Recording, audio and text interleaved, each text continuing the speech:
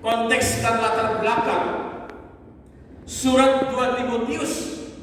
Ya, kita semua sudah belajar, khususnya yang sudah tingkat 2 sampai tingkat 2 ke atas ya. Mungkin tingkat 1 belum ya.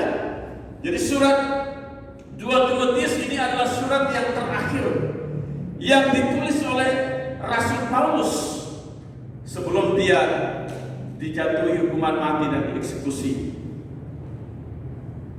Berbeda dengan suratnya yang pertama kepada anak rohaninya Timotius. Surat 1 Timotius itu merupakan, ya saya boleh katakan, surat tugas, di mana Rasul Paulus menugaskan anak rohaninya yang bernama Timotius untuk pergi ke Efesus, jemaat yang dirintis oleh Rasul Paulus dalam perjalanan misinya. Tetapi setelah ditinggal jemaat itu, ada banyak persoalan yang terjadi di jemaat itu, dan persoalan yang paling menonjol di situ adalah pengajaran yang sesat yang dinilai oleh Rasul Paulus harus di-counter, harus diatasi.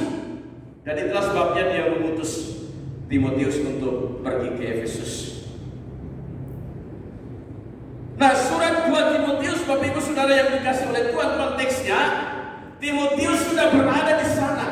Dia sudah melakukan tugas pelayanan itu sebagaimana Rasul Paulus tugaskan dia. Dan ternyata ketika dia berada di sana, dia menghadapi berbagai macam kesulitan, berbagai macam tantangan, pergumulan. Dan oleh karena tantangan dan pergumulan itu, dia banyak meneteskan air mata. Itulah sebabnya kalau saudara baca dalam 2 Timotius pasal 1 ayatnya yang ketiga, ya ayat 3 dan 4, di situ dikatakan, kalau kita naik ke atas sebelumnya, sebelum pasal 2 itu, pasal terakhir dari pasal 1 2 Timotius, di situ dikatakan, aku mengucap syukur kepada Allah yang kulayani dengan hati nurani yang murni seperti yang dilakukan nenek moyangku, dan selalu aku mengingat engkau dalam permohonanku baik siang maupun malam. Ayat 4. Dan apabila aku terkenang akan air matamu, surya. Dan apabila aku terkenang akan air matamu yang kau curahkan, aku ingin melihat engkau kembali supaya penuhlah kesukaanku. Jadi Bapak Ibu Saudara yang dikasih oleh Tuhan, ternyata pelayanan yang dihadapi oleh Timotius bukanlah sesuatu yang mudah, bukanlah pelayanan yang mudah. Banyak kesulitannya, banyak tantangannya, dan banyak meneteskan air mata. Dan itulah sebabnya surat 2 Timotius itu banyak nasihat. Ya, ada nasihat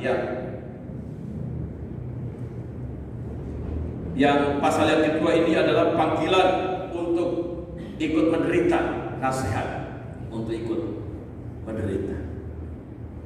Dia ingin menguatkan Timotius. Itulah sebabnya ayatnya yang pertama tadi dikatakan, sebab itu hai anakku, jadilah kuat oleh kasih karunia dalam Kristus Yesus. Saudara, Pak Andreas Gani hari Jumat kemarin berkata begini, memilih untuk kuliah di sekolah teologi dan khususnya di STI dan diproses menjadi seorang hamba Tuhan adalah pilihan yang tepat. Amin. Kurang keras. Amin. Amin. Betul, pilihan yang tepat. Tapi saya mau ingatkan saudara bahwa tahukah saudara bahwa pilihan untuk menjadi hamba Tuhan, untuk menjadi pelayan Tuhan, bukanlah pilihan kebanyakan orang. Bukanlah pilihan yang populer. Bukanlah sebuah pilihan yang orang milenial sekarang katakan yang keren. Bukan pilihan yang pada umumnya orang memilih. Kenapa Bapak Ibu Saudara? Karena seringkali pilihan untuk kuliah di sekolah teologi, untuk diproses menjadi seorang hamba Tuhan, itu biasanya merupakan pilihan yang terakhir setelah opsi yang lain tidak ada lagi, atau pilihan yang lain, atau alternatif pilihan yang lain tidak ada lagi. Tapi tahukah saudara kenapa?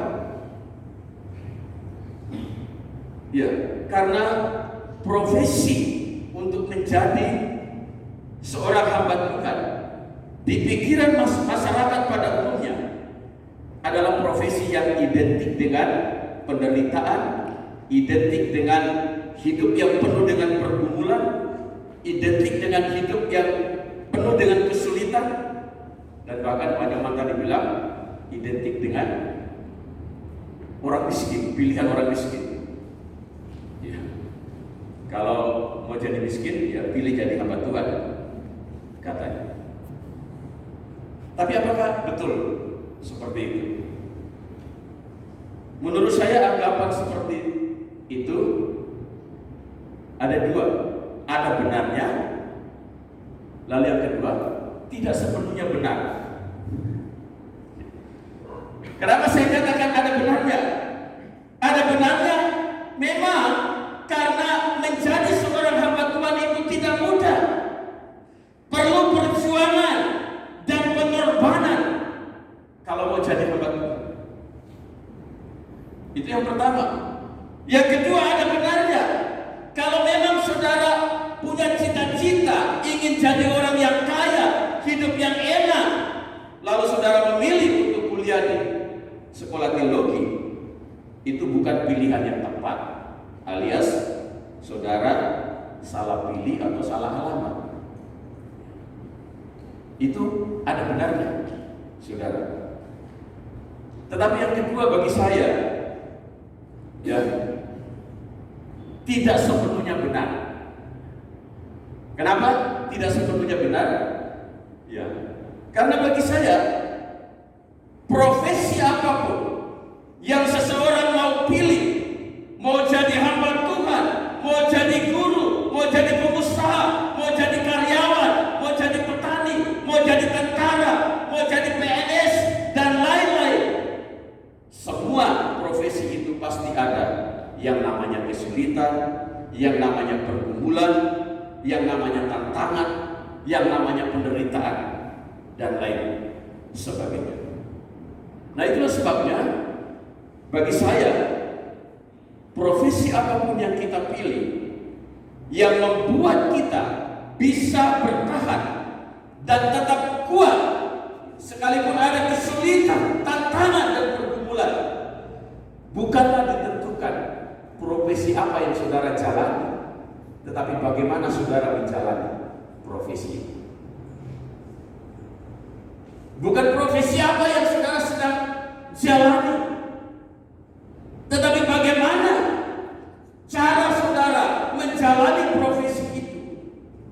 Itulah yang menentukan, yang membuat kita kuat, yang membuat seseorang dapat terus bertahan sekalipun ada banyak tantangan dan kesulitan dalam hidup ketika kita melakukan tugas kita.